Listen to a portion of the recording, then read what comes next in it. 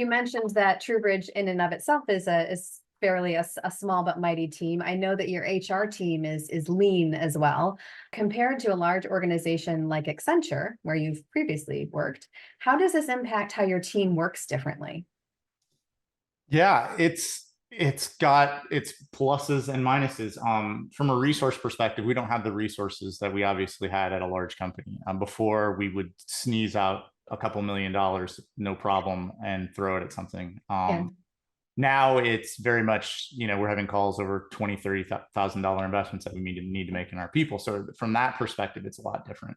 Also, we've, just like everybody else, there's areas of our business that we've had to either move on from or consolidate into other areas.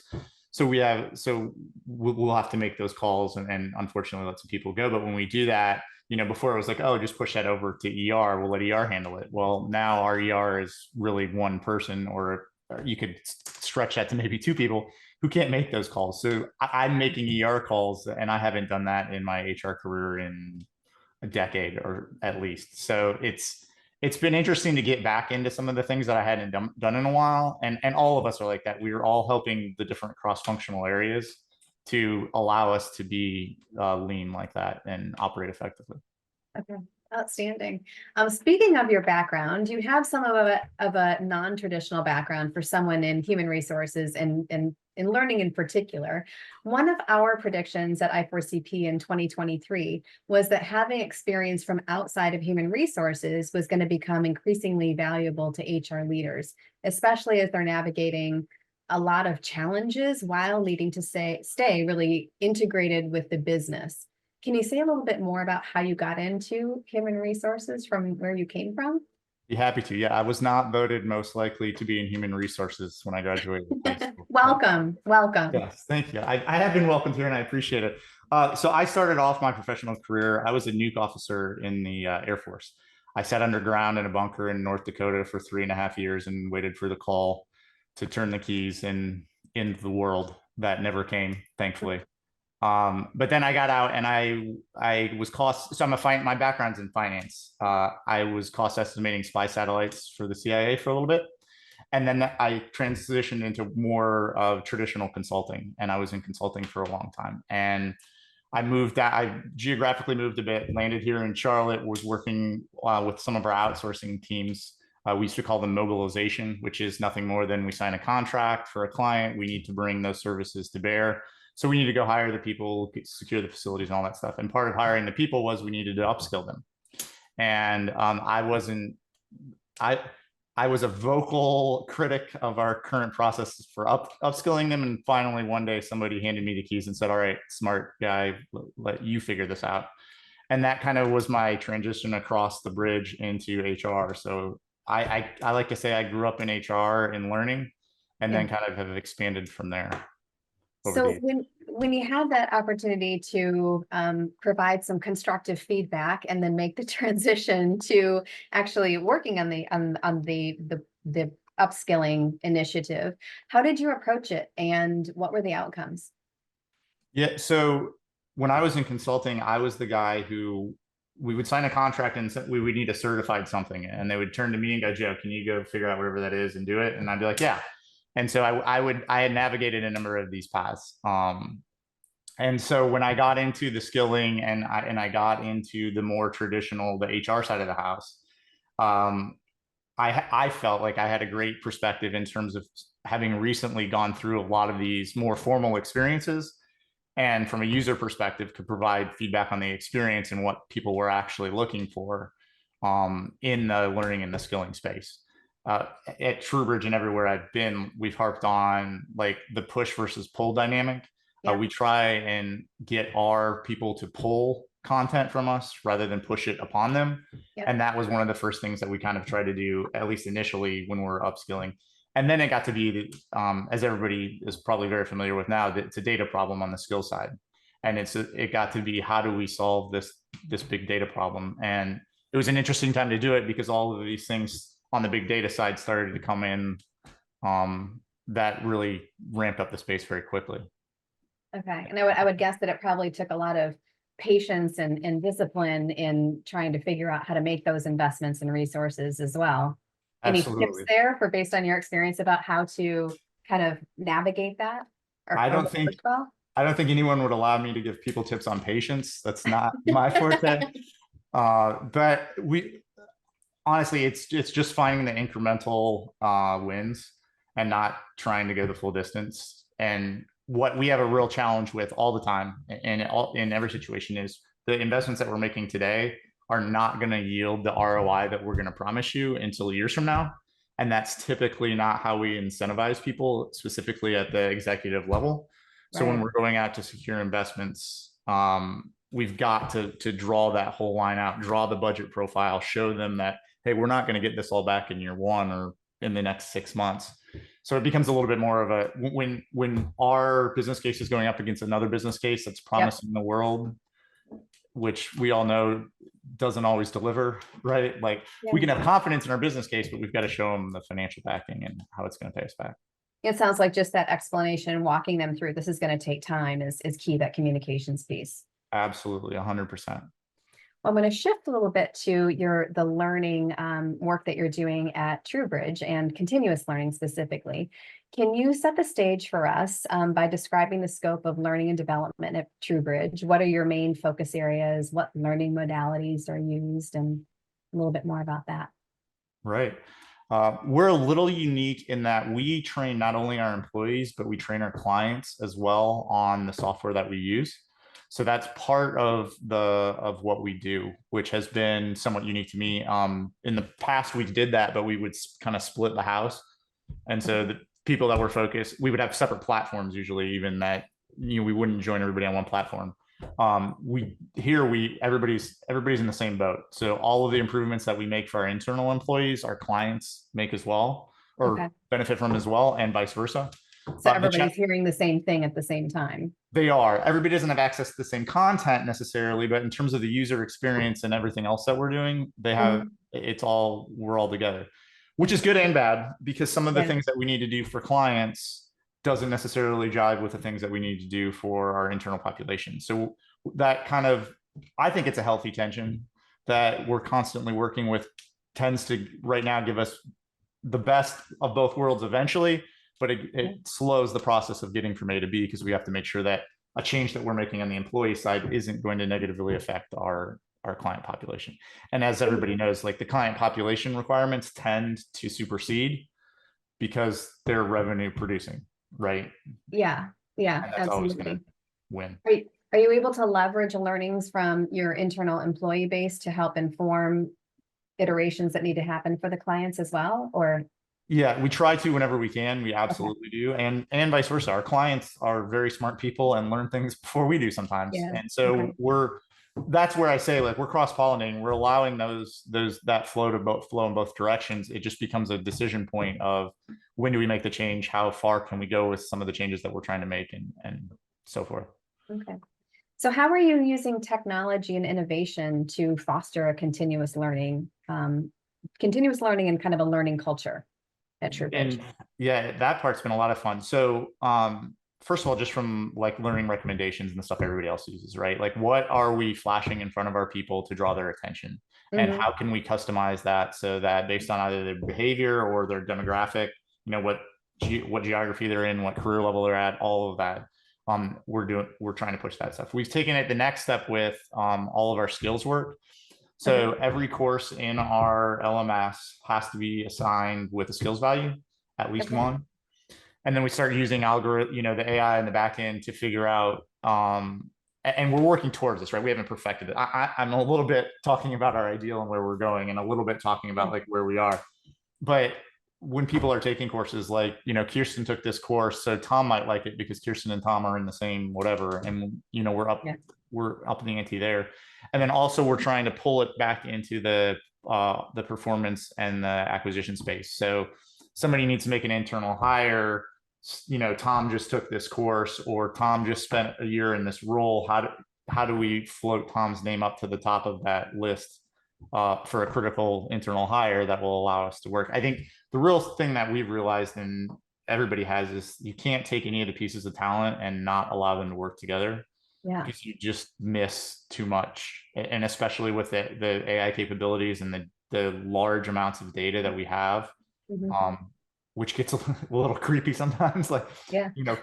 people can see we know who's taking what all the time.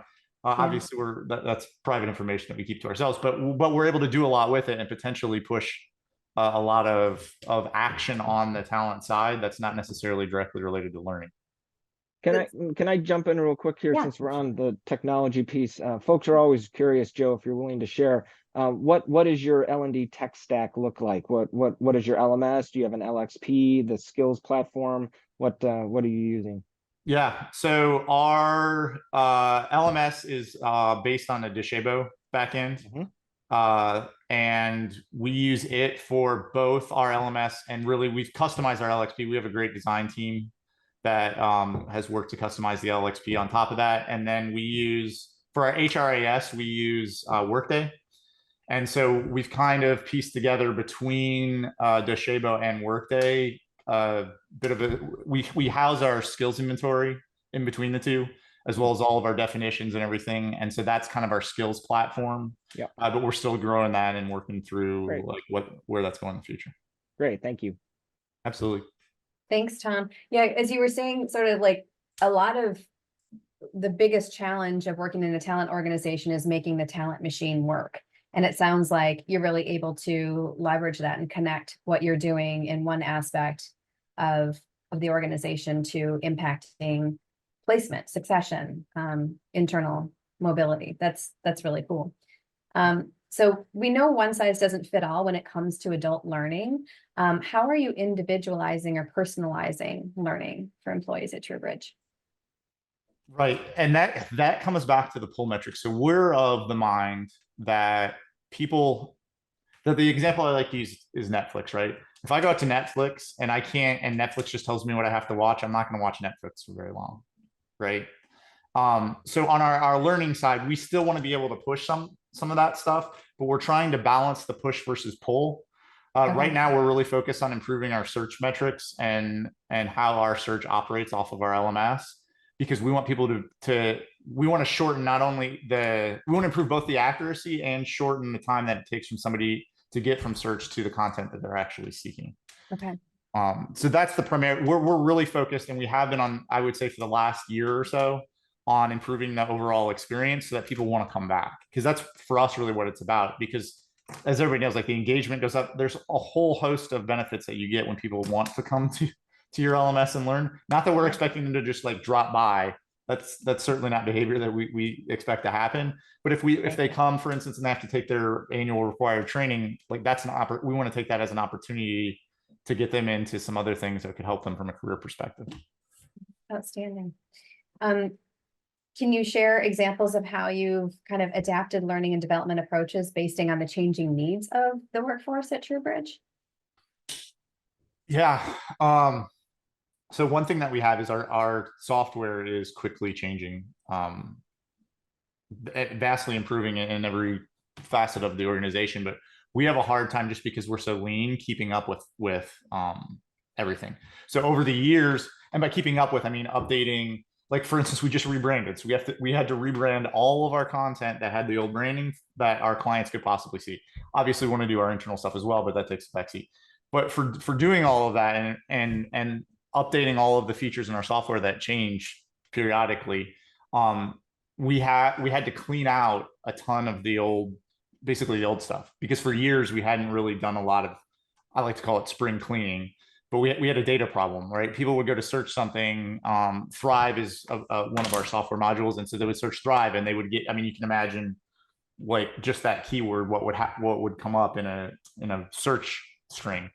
So it was some of that stuff. We had to really look at what was competing and how our search was performing, and how we could clean out some of the old stuff and clean up some of our metadata to bring things to people faster and allow them to access it. We've come a long way. We still have a ways to go, and we're looking at, from a skills perspective, how we can do some more of that, how that can help us out. But really, for us, it was almost like a cleaning project rather than letting the existing technology take over from there, rather than going too crazy on the technology side. And then the second piece to that, very short piece, is once you clean it, we have to put in barriers to not let it get dirty again. And obviously I'm way oversimplifying, but it's like the hole in the bucket, right? If you just keep filling the bucket, you're not solving the problem. The governance in that can be pretty challenging. Is it held fairly tightly in terms of the governance to make sure that the bucket doesn't get overflowing again, or how is that managed? It is now. Okay. That's the Congratulations. That's the benefit of being lean. There were a lot of times when I first came in and I would be like, hey, what's the policy here? What are we doing here? And everybody just kind of looked at me. And then I quickly learned, like, okay, like that means we get to make a decision here, right? It's an opportunity. Yeah, it's an opportunity. Now, the challenge is you still have to go around and make sure that everybody's on board with the opportunity, right? Because you don't want to alienate any of the groups that are involved. And we've got to make sure that we're doing it right. But it gives us kind of that first leg up of, hey, look, this is industry best practice, or these are things that we've seen work before. This is what we want to go with. Does anybody have a problem? Versus I'm going out and I want to solicit solutions, right? Because everybody's got a solution. Not all of them are great. But if I come with the solution first, it's not winning or losing, but our solution is probably going to prevail 9 times out of 10 if we have something decent out there. Okay, great. So speaking of, I guess, sort of transitioning over to accountability, can you talk a little bit about how you are accountable for the organization's investment in training, and what measures are you using to ensure the effectiveness of your approaches? That's a very good question. So when I was at Accenture, that was my primary mission in life that I bled into for 5 years. So the first piece is we started on this process. We're not anywhere near where we need to be, but the first piece is we have to define what training is. I used to go out to a lot of clients, and that was the first, like, I learned real quick. We had clients who would put, like, they were doing a lot with the community, and so they would have the hours that they'd invested in, like, working volunteer nonprofit stuff, like pro bono work, and they would include that in their learning and development, right? Which is great. And there is no right answer here. So there's no definition that is right or wrong, but you have to have a definition, because otherwise you're going to have trouble. Yeah. Especially the SEC likes definitions. So if you're a publicly traded company and you needed to talk about training and you're ever going to put that in there, that's my first recommendation, is you need to have a definition. And then secondly is you got to get the financials involved. We go to a lot of companies where, or I used to go to a lot of companies on the client side where we talk about, like, how the financials work and how we're measuring the financials, and they want to calculate the ROI in training, but they can't even tell us what their actual investment was with any accuracy. Either their definition is off or how they're collecting information. A lot of organizations don't collect the payroll side, so they don't account for the amount of time that their people are spending in training, which was very important and is very important, because, somebody comes up and say, hey, I want a new training, and have everybody take it. It's like, okay, do you realize, like, 1 hour of everybody's time at this company, like, what does that cost? Yeah. And typically they have no idea. So anyway, those are the building blocks that we're working to get in place, that we can start calculating things in terms of what our actual investment is, and we can have confidence in it. And then we can start comparing that to other business metrics and talk about what our performance is as a learning organization. And that's then what I get held accountable for on that. All right, great. I also understand that there's a rumor out there that you had written a white paper around sort of these tenets of accountability. Is that true? Yes, we floated. There's been one floating out for a while. If you're having trouble sleeping, I highly recommend it. Right. But yeah, we talk about, so typically, and this isn't like rocket science or something crazy innovative, we would talk about our investment as a percentage of net revenues. And we did that, and that's what the white paper is really talking about. We did that because, first of all, revenue tends to be something that is on the leading edge of forecasting from the business. So when you're going into a new fiscal year, the business is going to, and I should have said this, I'm a CPA, so I get real into the accounting. So I'm sorry if I'm boring you with accounting stuff, but the business is going to go into their and forecast their revenue. So when we start talking about, okay, how are we going to scale our learning investment for next year?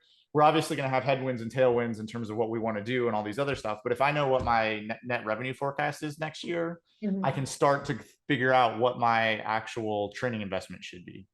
And then I can carry it forward from there. And then the second piece is, over time, I have a lot of people that come to us and are like, hey, like, how are you calculating your ROI on this training that you're doing?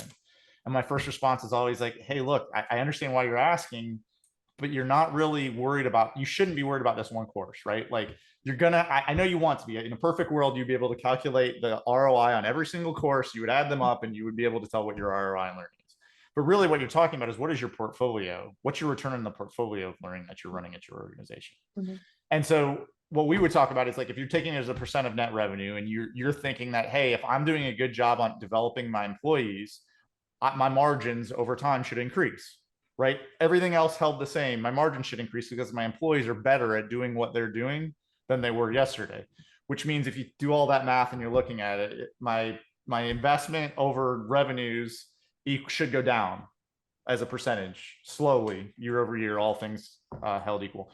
So that's what the white paper talks about. It goes a little bit further in depth than I just did. Hopefully I didn't bore anyone, but Hey, Joe, if I can jump in real quick, I just wanted to note, we've noted over in the chat that we are going to post your white paper. Thank you for so graciously providing that. That will be available both in a follow-up email for participants today, but also out on the website when we post the recording, which, for those of you that are new to this call series, we've got a growing archive of probably around 200 past episodes going back to the early days of the pandemic in 2020.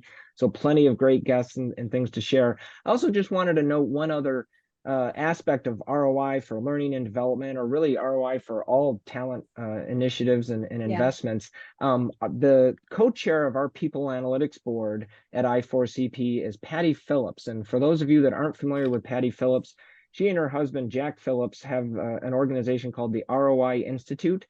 So just wanted to mention that. They've literally published over 50 books. So if you want to go beyond Joe's white paper, there's plenty of books that they've authored on exactly this topic: proving your value, proving the ROI, proving how to get behavior change from learning investments. So I'd encourage you to check that out as a resource as well. Thanks, Tom. So as Tom mentioned, we're very excited that Joe's white paper will be made available for certainly learning transfer for any talent practices, as Tom mentioned, for L&D leaders and insomniacs, available for all. So it sounds like what you're kind of describing is this market-driven learning economy through the explanation of ROI and learning. How has the leadership at TruBridge responded to this methodology? Very well. And let me give you a pitch for your I4CP archives there. We had a board member come ask a question about remote work. I went right in and just grabbed a bunch of stuff. It was perfect. So Tom, thanks for that. Thank you. But our leadership is fantastic. So TruBridge has been in business for well over 30 years. And we have people that have been with TruBridge for 30 years. And so when going into this, I was expecting a little bit of hesitation or a little bit of pushback, like, who's the new guy that just came in and is talking about changing all this? Yeah. I couldn't be more wrong in terms of having hesitation. Like, everyone has jumped on board. We're talking about a lot. Like, obviously there's things that there's questions about, like, how are we going to do this? Why are we doing, those kind of things, but it's coming from a place of support rather than a place of pushback or friction. So from that perspective, it's been great. None of them are here, so I can say, like, I still want more money. That's always going to be the, like, hey, if we're going to do this, we need more money. Yeah. But I will say that we've made a dollar stretch a very long way, and that's the flip side. When I was talking about earlier about, like, not having the resources, we're able to make dollar stretch a lot further, and we're able to navigate some of that bureaucracy a lot more easily because we don't have some of those things that the larger companies have. Okay. So. The overhead, the infrastructure and bureaucracy Absolutely. Requirements. Yeah. Absolutely. So let's shift a little bit more and talk a little bit about pay for performance. You told us that TruBridge is transitioning to a new performance system. What can you help us understand what the new system is? How does it differ from what you all did in the past, and how is it going? And how are you engaging with people leaders during this change? Brilliant question. So let me start at the end, and I'll kind of Tarantino this one backwards. In terms of how the people leader side, this is the first time I've ever experienced. We have an all people leaders call. So every single person at TruBridge hops on a call, and once a quarter, and we talk about. How many is that? Things. About roughly 300, and it's around 300. Okay. I'll call it 300. Right. And so when we first said this, I was like, okay, that's great. Like, how many people are actually going to show up? It's like 90% attendance plus. Wow. right? And this is even up to our CEO, right? Our CEO is a people leader. So he's invited to the call and comes, whenever he can. Obviously, some of those can't be made, but so that's how we're communicating a lot of this. We use the traditional mediums too of, emails and everything else, but that call is very important to us and we take it very seriously, and we prepare, over the quarter as terms of what we're going to present on that call. And that's how we have been doing the performance rollout. Now, this is kind of a multi-year thing because we are taking it a little bit from one extreme to the other. So previously, our bonus system revolved around a lengthy tenureship. So you had to be here for 3 years, and then it paid out years after that based on a number of different variables and, of course, company performance. We keep the same tenets in terms of company performance and everything, but we're going to more of a structured, almost laddering system on a normal distribution curve. So we're saying, look, the pie is fixed. We love to pay our people more, obviously, but in order for affordability and everything else and us to remain in business, the pie is fixed. And we want to make sure that we're rewarding the people who are in the top end of the spectrum appropriately and differentiating them from others. The challenge there is nobody wants to be told that they're consistent with or meets expectations or, that they're at the middle. And that's the messages that we're really having to give is normalize, like, hey, meets expectations isn't a bad thing, right? You're doing your job, you're doing it well. That message has to go out. And that's been the toughest part as we go to more of a merit-based system.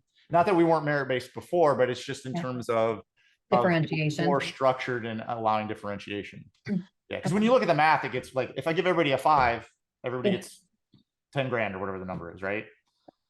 So we've been really hard on like showing the math, and we're trying to be a lot more transparent too as well, to say, look, like, this is why we're doing it, this is how it works, and this is the alternative, right? I was given the quote yesterday about like capitalism, right? Capitalism is the worst economic system ever devised, except for every other economic system that's ever been devised. Right? It's kind of how we're going here. Like, it's not ideal, but there's nothing better in terms of how we're going to be able to reward those that deserve the reward. So I'm curious about these calls, and it sounds like there's some interest in the calls in the chat as well. Is that an opportunity when you connect with those people leaders to get real-time feedback about how things are going as well? A little bit. So we're still tweaking it. So we actually, from a collaboration standpoint, last year we went off WebEx and moved to Teams, like a lot of people. But so we started with a Teams town hall. Then we're now this quarter moving to a Teams webinar. We've tried Teams calls, there's all of it. I see in the chat too, like, we're talking about 300 people. So there's always different ways in terms of how to optimize them. And the tool is very important, the context of the tool. So yes, we're trying to promote as much real-time feedback as we can, allowing people to chat. For those who might know, in the town halls, you can only do Q&As. You can't open the full chat, and you can't allow people to do. And I guess I'm speaking from 2 months ago when we did it. Microsoft Teams changes every day. All of these collaboration teams change every day. So somebody's probably going to post like, not anymore, or that's changed. But anyway, we're trying to find the best tool and create the best environment where we are getting that real-time feedback. Okay. We had one question here. For your quarterly calls, are all employees considered to be leaders in their own job, role, and contributions to the company? Or is it really people that have people reporting to them are people leaders? Yes, so both. So for that call, it's just people like I literally, and this is, we're lean, right? So I pull the list, and it's literally everyone who has somebody reporting to them. Okay. So I'm just pulling that column of people and sorting. So but that's not to say, like, the messages, it's also a sequence thing. So we're prioritizing communicating them to the people leaders. Very rarely are we going to communicate something to the people leaders that we're not going to subsequently communicate to everybody else. Okay. And I'm curious on that bent, how are you getting feedback from employees about like the new performance system, and how's it going for them? What have you heard from them? Yeah, so we have twice annual employee surveys, and we take them more seriously here than again, it's lean, right? I should have said we have 3,000 plus employees. We just made an acquisition to give us an overseas presence in India. We're bringing them on this year. We're folding everybody together, so it'll be over 3,000 once everybody gets on board. But anyway, to make all that work, and Kirsten, I'm sorry, I lost. What was your question now that? Just regarding getting feedback from employees feedback from employees, yeah. and how things are going, what are they telling you about how things are going with performance management? We have the 2 surveys that are anonymous, or as anonymous as they can be, I always say. And we do go out and do, like, we reach out to a lot of people all the time. We have a national client conference, which is not for this purpose at all, but we have a good presence of our people team at that conference. So we're hearing from all our external clients as well as our internal employees, and we're having those conversations. Okay. So some of it is informal. I've done focus groups, I've done some of that stuff. It's all great. It's ironically, it's talking about ROI. That seems to be the theme here. The focus group is very expensive in terms of time, right? Of both the people team and the people that work. So we try and we don't quite get that formal, except for the 2 surveys that we run every year. Okay. All right. Yeah. Thank you. So in 2023, we featured you as well as TruBridge, then known as CPSI, in our report, Is HR Already Behind in the AI Revolution? And you described how you were using generative AI to make a daunting task, defining thousands of skills, actually feasible. Can you describe what you and the team did here? I know many of my other members are quite interested in skills taxonomies and how to simplify that daunting task. Yes, and it is daunting. But there's lots of tools is the good news. And at the end of the day, we got to maintain perspective. This all has to do with our people, right? So that's very important. But at the end of the day, it's a data problem, right? We have too much data, which is at least for the most part, in many areas, we have too much data, which is a lot better problem than having not enough data, typically, especially from an expense standpoint. So what we did was, our HRIS has a native skills cloud. The challenge with that is, I think last check was like 203,000 skills in it, which is great as long as you stay in the AI environment through all of your infrastructure and you never pull it out and have people deal with it. Because the AI can smoke 200,000 skills, no problem. People can't, right? Because people can't tell the difference between project management or managing projects, right? And in the AI environment, that doesn't matter, but we have to be able to start communicating in common languages. So what we did was we curated that 200,000+ and we added more to it from other sources. And we added to it we basically dumped all of this in a mixing bowl. One important source was our internal skills, and we're still working on building those out.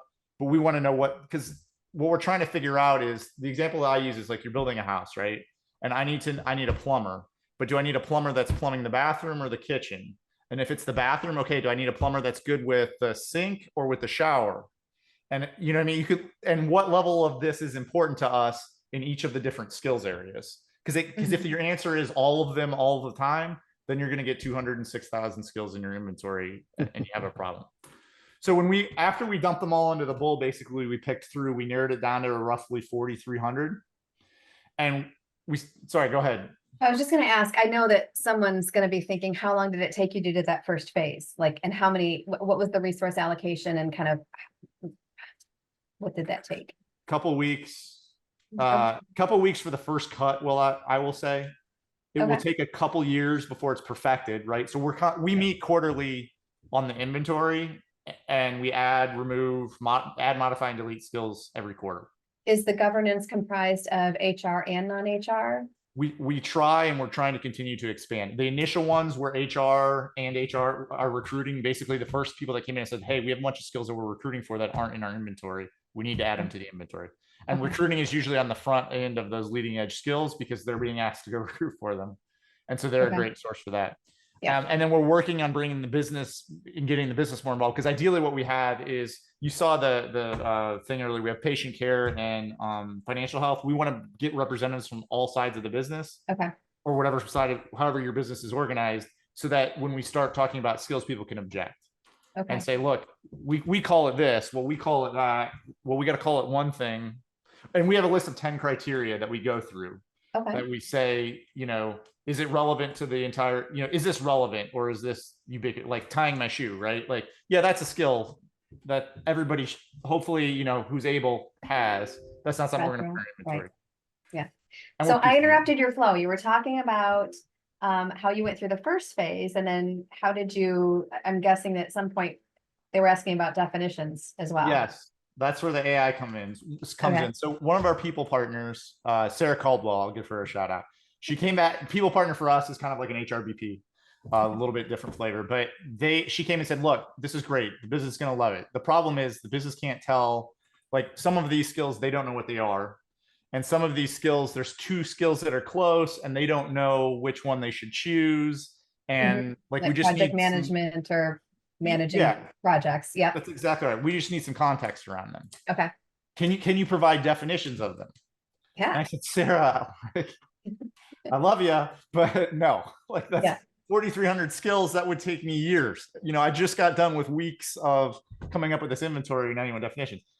And, you know, we were going back, we were doing something else. And I said, "Wait a minute." I said, "Is there a way we can do this?" Like, and this was back when AI was you know, Chat GPT was going nuts in those first few months of craziness.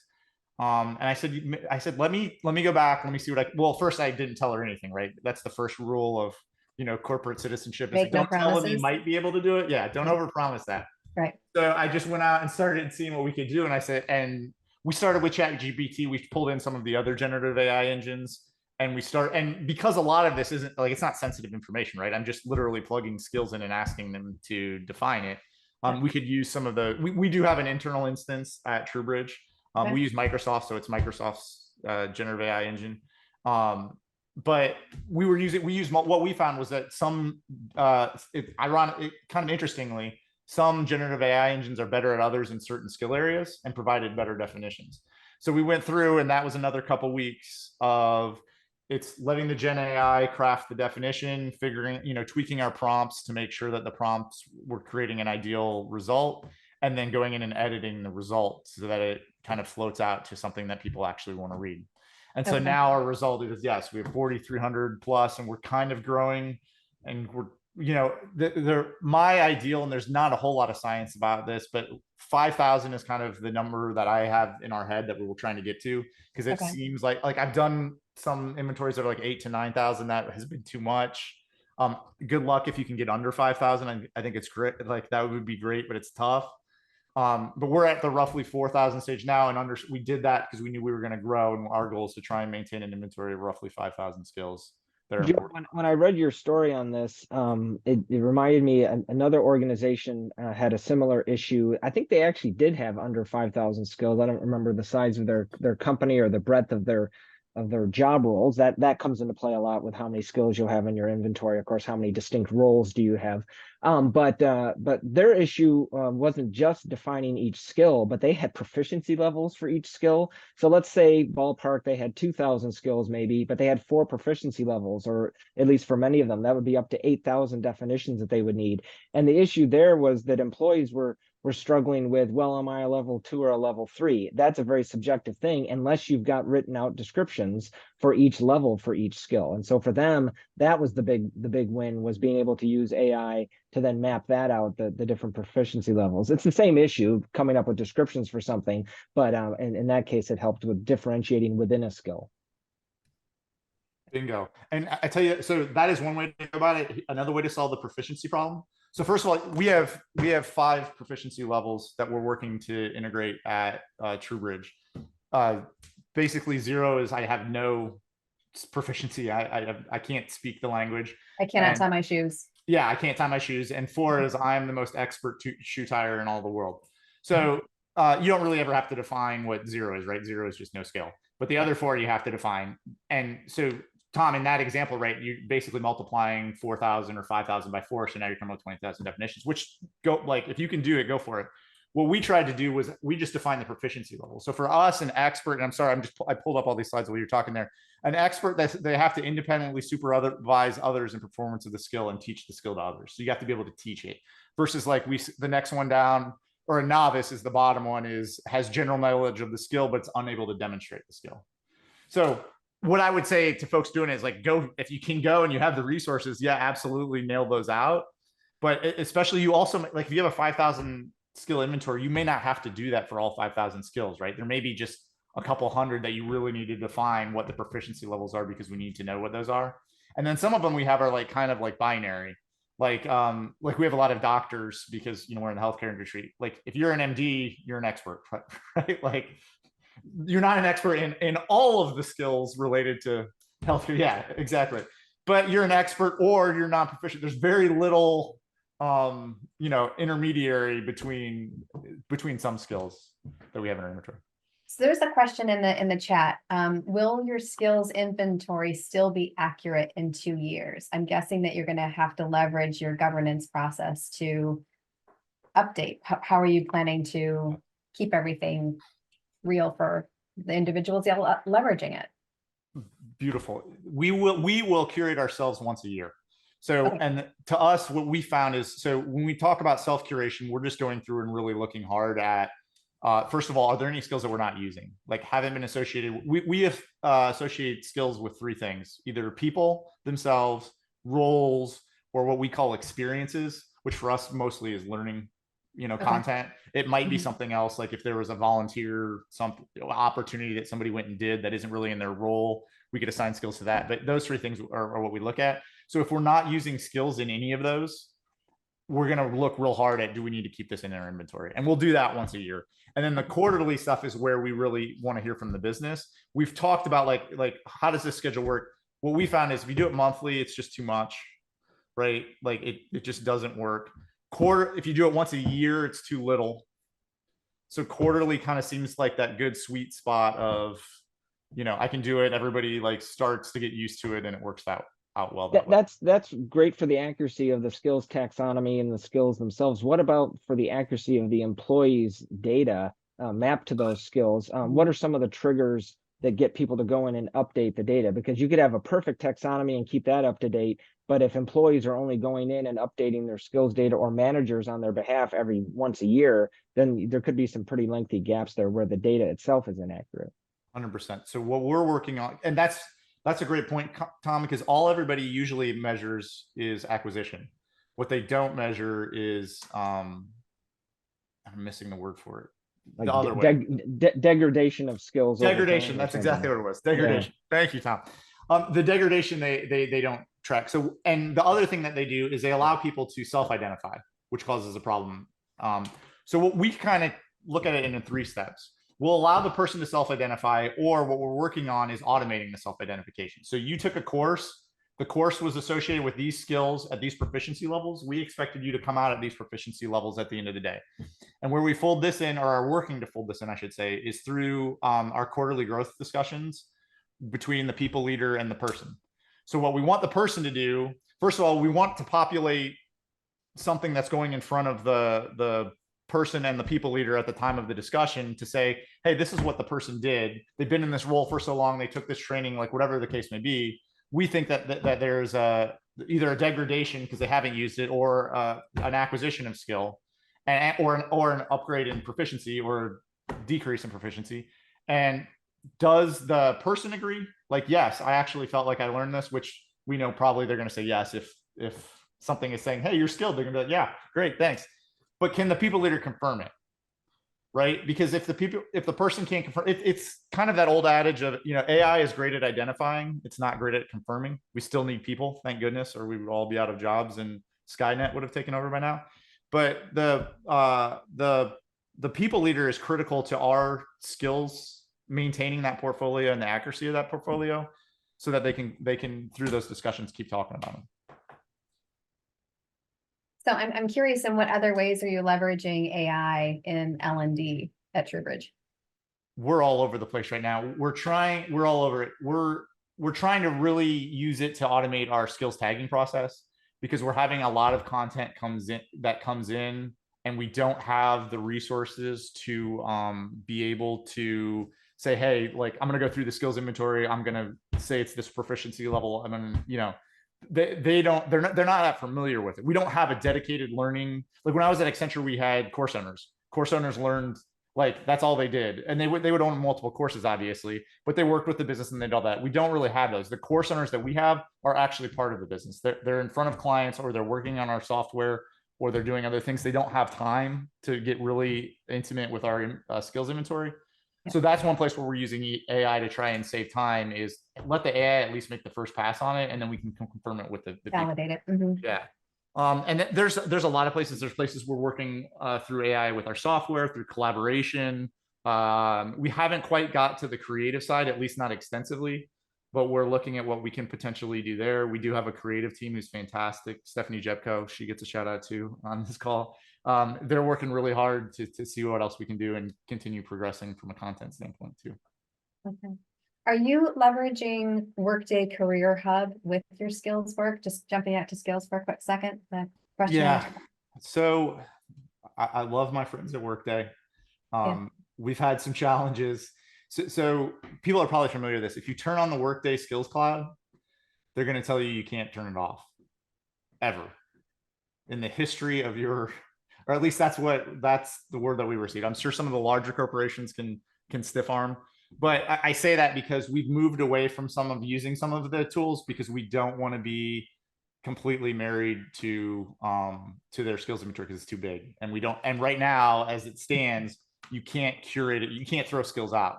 The great part about the Workday Skills Cloud is it automatically updates, so it's going to do a lot of the work I talk about in terms of like new skills that come in, rewording skills. But it's one of those things where it's like doing your taxes, right? Once you have somebody else do it, it's really hard to pull it back and do it yourself. Yes. So we're trying to still do it ourselves as much as we can. Okay. All right. Outstanding. So speaking of yourselves, were you to hire a new member of your team, what kinds of talent would you be looking for when you would consider somebody new to join your small, lean, creative, capable team? Right. So first of all, this goes back to I need the money. When we get the money, what I'm looking for is really someone who is curious and who like I appreciate the experience of having done things before, and what we say it a lot, like some people just haven't seen what good looks like, you know. So as we're building some of these things out, like they're fine with the status quo. So I appreciate some of those qualities, but if that's all you have is a lot of deep experience with what good looks like, I'm less inclined to look at that than look at people who are out there, you know, questioning things and looking at mindset. Growth mindset is one way to put it. We're lucky we have an innovation team here, and I constantly get Tom Gardner's his name. He constantly emails me like, "Hey, have you looked at this? Hey, have you did?" Like to the point where I'm like, "All right, Tom, I love you, man, but can you chill out?" But he's constantly feeding us, and not just me, but all of HR with stuff that they're pulling in from everywhere else. And that's the kind of person that like, hey, that's what I want to know about. Like what ideas can you bring to the table, even if 90% of them are terrible. Like that 10% that if you're feeding me enough of them, those 10% that we can capitalize on or what I'm really looking to value. And then someone that'll push back on us. Yeah. Okay. Not again, and someone who has ideas, and some of them are good. Absolutely. Well, Joe, thank you so very much for your time and your candor and the generosity of the content that you've shared with us. We really appreciate you being here, and thank you. Thank you again. Thank you, Kirsten. Thanks, crew. I'll jump in. Yeah, thank you. I want to thank both of you. Several people throughout the day today, Joe, in the chat said, you know, thank you for your openness and everything you were sharing. So thank you once again. For those of you on the call that have a certification with either HRCI or SHRM, as you can see from both the chat and the codes on screen, just jot down the relevant program ID or activity ID so you can get your research credit hour for attending today. And finally, thanks everyone for being with us. Come join us again. We'll have another great guest, as you saw earlier, next week and every week. Until then, have a great rest of your week and weekend. Bye-bye now.